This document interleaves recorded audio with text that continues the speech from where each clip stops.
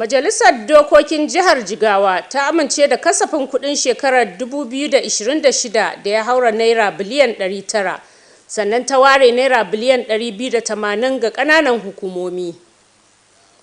Shirye-shiryen Kirsimeti sun kai ƙololuwa a Dutse yayin da mambobin addinin Kirista ke kammala shirin bukukuwansu. Jakadiya Halima Zakar ta bayar da saniya tare da buhunhunan shinkafa 250 ga matan da mazajensu suka mutu domin bikin Kirsimeti. Assalamu alaikum masu kallo da sauraron mu, barkamu da sake saduwa a wannan sabon shiri na kumban labarai.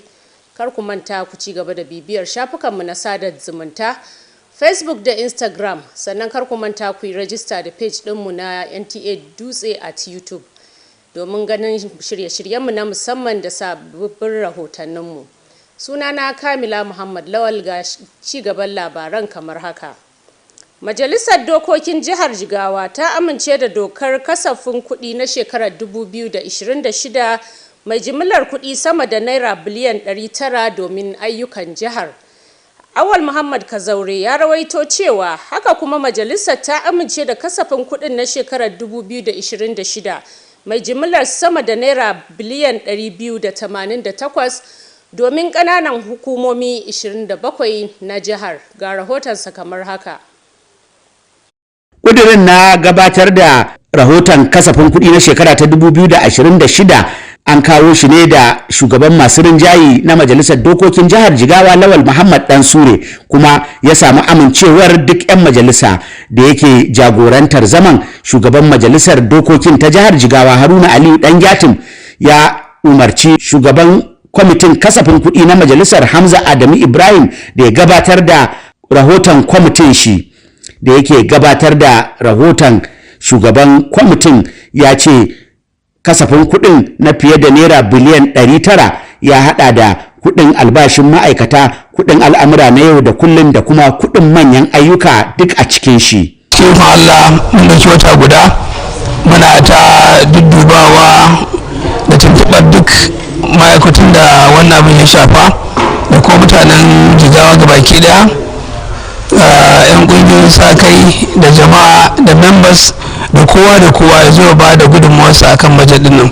Bayan an gabatar da muhawara da kuma 'yan gyare-gyare da tattaunawa tsakanin 'yan majalisa, an amince da kwamitin rahoton inda ya zama doka.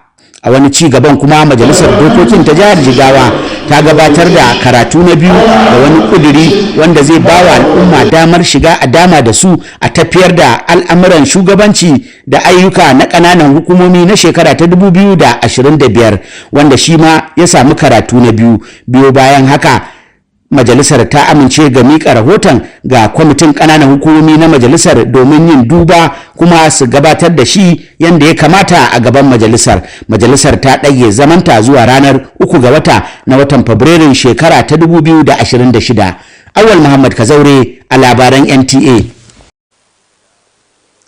Yau ne ranar jajiberin Kirsimeti, inda yanayi a jihar Jigawa ya haɗu da shagulgulan addini da kuma hidimar biki.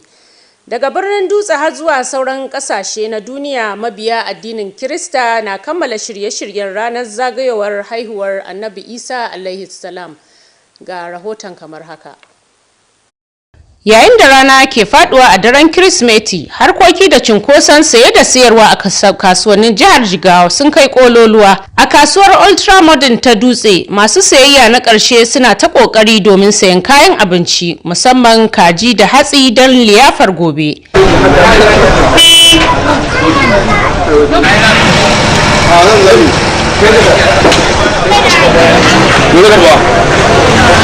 Bayan kasuwanni kuwa, ana ganin muhimmancin bangaren addini na wannan lokaci.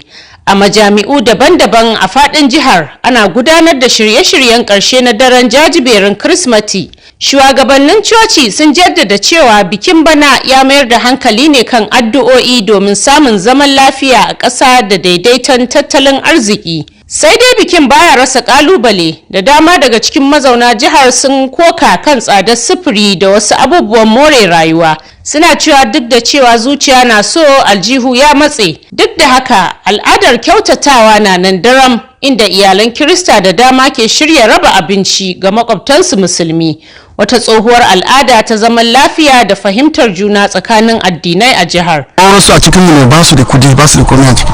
Ma lokacin Christmas ne lokacin da at least Christian global all over the world so reflecting on the birth of Jesus. Ya samu mun gode mashi, haka za a yi a wuce, ai abu ne kawai da ma na tunawa na rana ɗaya ne a yi a wuce, amma muna gode ma Allah tun da ga shi ta same mu a cikin masu da koshin lafiya, shine abin da kawai za mu gode ma Ubangiji. Yana yake son bikin Christmas ya zama in da families ina da friends kuma da masoyana. Ina son yi shi da masoyana, kuma ina son ziyarce wurare masu dama kamar Kano da sauransu dai. Yayin da ƙararrawa ke shirin kaɗawa da tsakar dare, saƙon da ke yawo a Jigawa ya bayyana a matsayin biki ne na farin ciki da haɗin kai, duk da ƙalubalen yanayi da tattalin arziki. Ƙarshen rahoton kenan. Kamila Muhammad Lawal, Kumban Labarai.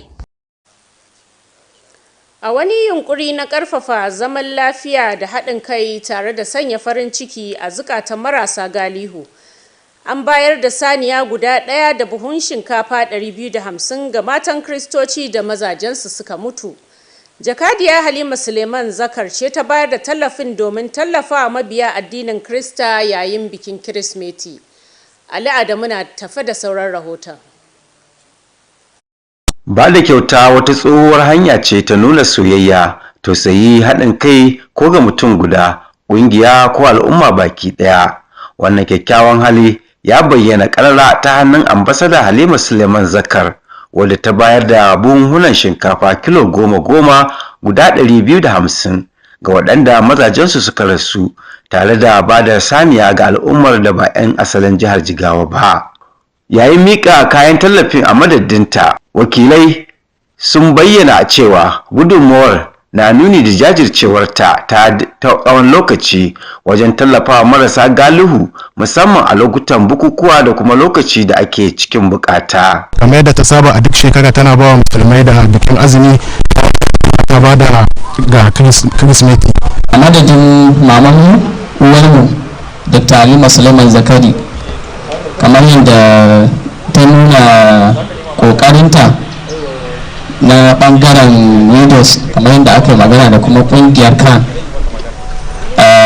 ta sabon local gama gaba ɗaya, zai magana da kuma nuna jinjina kamar yadda yanayin da daga kowa da kowa ya je gurin wannan taro. Allah Ubangiji ya kai gida kowa gida, ya kai su gida lafiya. Ba abun mamaki ba ne ba abin da take yi, because ta gada daga wajen iyayenta. Ta gada daga wajen iyayenta. Waɗanda suka amfana da wannan tallafi sun nuna matuƙar godiya, inda suka bayyana gudunmawar a matsayin wadda ta zo a kan lokaci kuma mai matuƙar tasiri. Haka kuma sun kira ga sauran masu hannu da shuni da ƙungiyoyi da su koyi da irin wannan kyakkyawan aiki na karamci.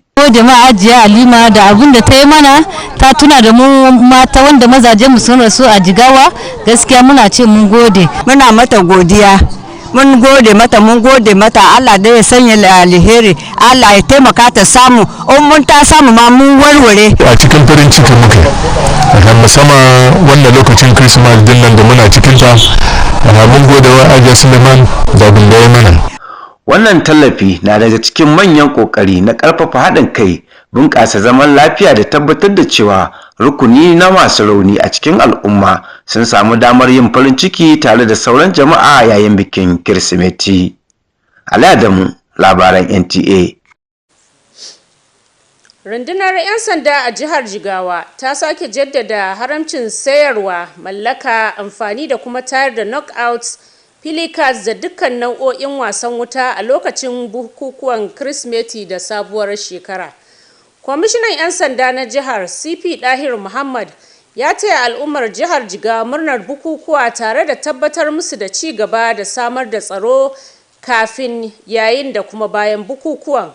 Rundunar ta ce haramcin yana nan daram domin kare rayuka da dukiyoyin jama'a, ganin cewa wasan wuta da buga knockout da dangoginsa na haddasa firgici, jikkata mutane, lalata dukiya, tare da baiwa masu aikata laifi damar fakewa su aikata muguwar aniya. Haka rundunar ta kuma bayyana cewa matakin na da nufin kare yara, tsofaffi, daukacin al'umma da masu matsalolin lafiya daga illar karar fashe-fashen. Domin tabbatar da bin doka, rundunar ta tura jami'an tsaro zuwa muhimman wurare a faɗin jihar, kuma ta ci alwashin kama duk wanda aka samu ya karya wannan umarni tare da gurfanar da shi gaban kuliya. Rundunar ta shawarci iyaye da su hana 'ya'yansu amfani da haramtattun kayayyakin, tare da kira ga al'umma da su rika baiwa jami'an tsaro haɗin kai ta hanyar kai rahoton duk wani abu da ake zargi. Rundunar 'yan sandan jihar Jigawa ta sake tabbatar wa al'ummar jihar ƙudurinta na tabbatar da zaman lafiya, bin doka da oda kamar yadda kundin tsarin mulkin Najeriya ya bata a duk tsawon lokacin bukukuwan da ma bayan kammala shi.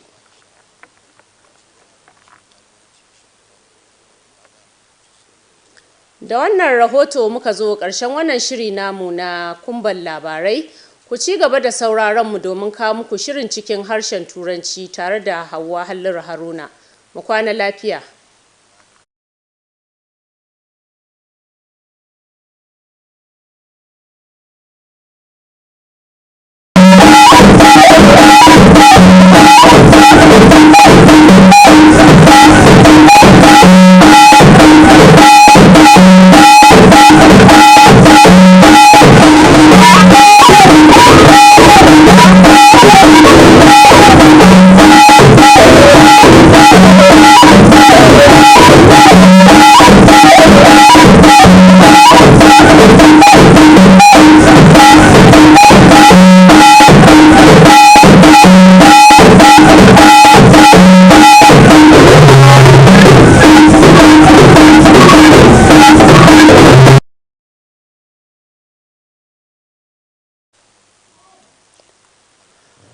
Jigawa State Assembly passes more than 900 billion as 2026 budget for state and over 288 billion for local governments. Christian preparations peak in Dutse as Christian faithful finalize celebrations. And Ambassador Halima Zakar donates cow as well as 250 bags of rice to widow and non-indigenous communities in Jigawa. Good evening and a warm welcome to Nta Dutse News. My name is Awal Muhammad Kazaure. Now the news in details. You can now watch Nta Dutse News live on Facebook and Instagram, and don't forget to subscribe to Nta Dutse on YouTube for latest updates and exclusive stories. Jigawa State House of Assembly has passed the 2026 budget estimate of more than 900 billion naira for the state. Correspondent reports that also approved by the Jigawa State House of Assembly is the 2026 budget estimate of more than 288 billion naira for the 27 local governments in Jigawa State. The report. The motion for the presentation of the 2026 budget report was moved by the majority leader of the House, Lawan Muhammad Dansuri, and was unanimously adopted by members. Presiding over the plenary, Speaker of the Jigawa State House of Assembly, Haruna Aliyu Dangatim, subsequently directed Chairman of the House Committee on Appropriation, Hamza Adamu Ibrahim, to present the committee's report. Presenting the report, the Chairman of the Appropriation Committee disclosed that 2026 budget estimate stands at more than 900 billion naira, and personal and recurrent expenditure inclusive. We've been discussing with various stakeholders on the content of the budget and all the provision made on different ministries, departments and agencies. And you can see large chunks of the budget is on the social aspect, that's health, education, and on the economic side also the roads, which is works and housing, the environment. All these sectors were fully addressed therein in the 2026 appropriation bill. After careful observations, inputs and deliberations, the House unanimously adopted the committee's report and the appropriation bill was passed. social development and social rehabilitation. All of the initiatives include mobilization with societal reorientation and rigorous campaign against drugs and substance abuse, both of which will be backed by an executive order to make them sustainable. In another development, a bill for Jigawa State community participation in local governance and community development bill 2025 has passed second reading. Following this development, the bill was referred to the House Committee on Local Government for further legislative action. The House was adjourned to 3rd of February 2026. In Dutse, Awal Muhammad Kazaure, NTA News. Barely 28 hours to Christmas in Dutse, the Jigawa State capital. Activities are gathering momentum as Christian faithful make final preparations to commemorate the birth of Jesus Christ. Correspondent Kamila Muhammad Lawal visited markets, places of worship, and has the situation report. As the sun sets on Christmas Eve, the hustle and bustle in Jigawa State markets have reached a peak. At the Dutse ultra-modern market, last-minute shoppers are braving the dusty Harmattan winds to secure food items, particularly poultry, grains for tomorrow's feast.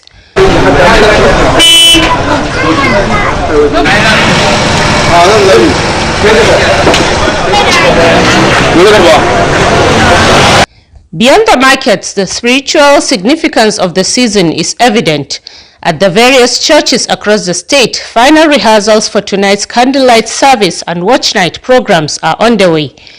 Church leaders have emphasized that this year's celebration focuses on praying for national peace and economic stability.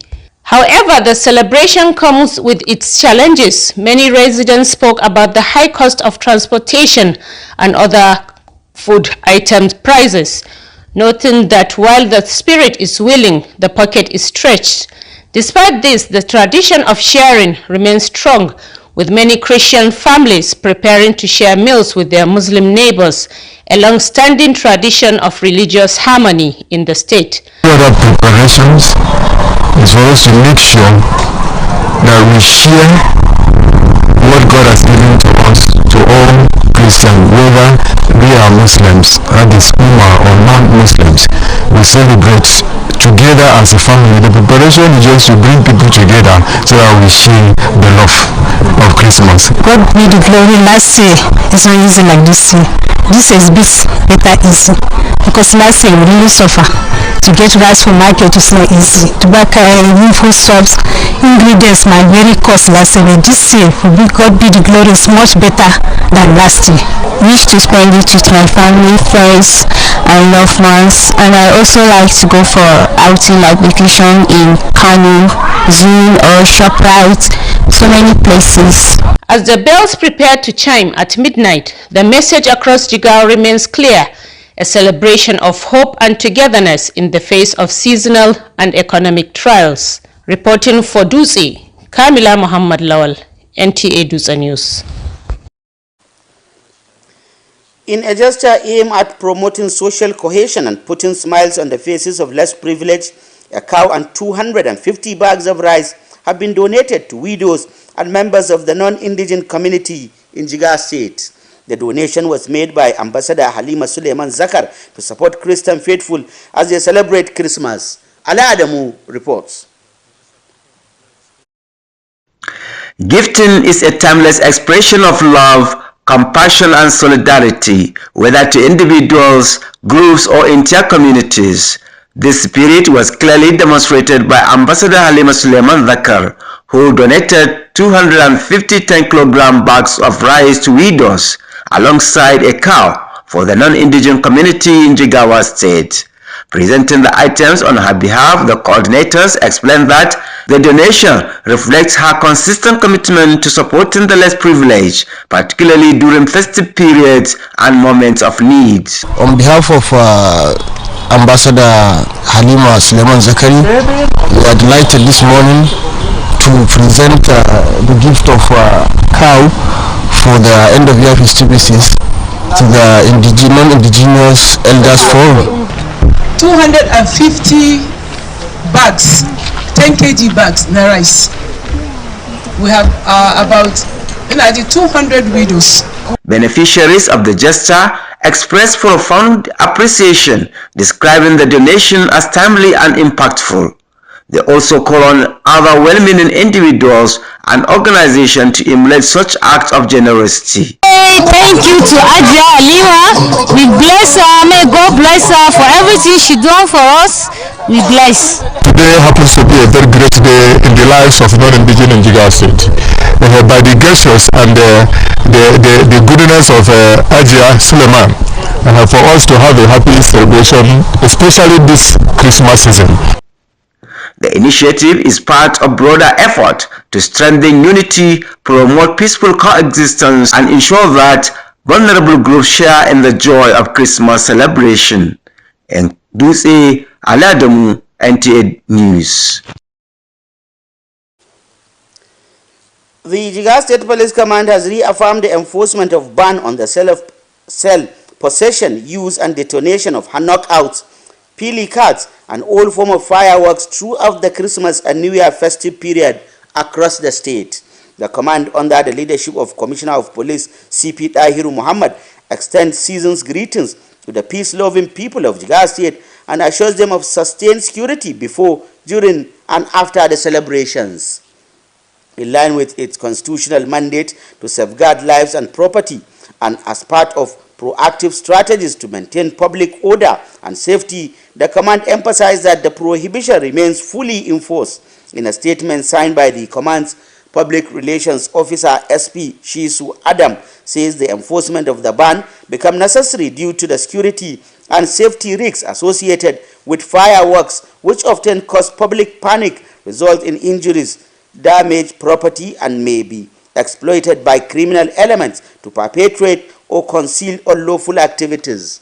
It stated that the measure is also aimed at protecting vulnerable groups, including children and elderly and persons with health challenges who may be adversely affected by loud explosive sounds. To ensure strict compliance, adequate police personnel and operational assets have been deployed to strategic locations across the state to monitor, prevent and apprehend violators. Parents and guardians also advised to caution their wards against engaging in the use of prohibited fireworks. The statement further revealed that any individual found violating the directive will be arrested and prosecuted in accordance with extant laws. The Jigawa State Police Command called on members of the public to cooperate with security agencies by promptly reporting suspicious activities to the nearest police station or security outfit. The command reassures the good people of Jigawa State of its unwavering commitment to maintaining peace, law and order throughout the festive season. That was the news. Thank you for watching. Good night.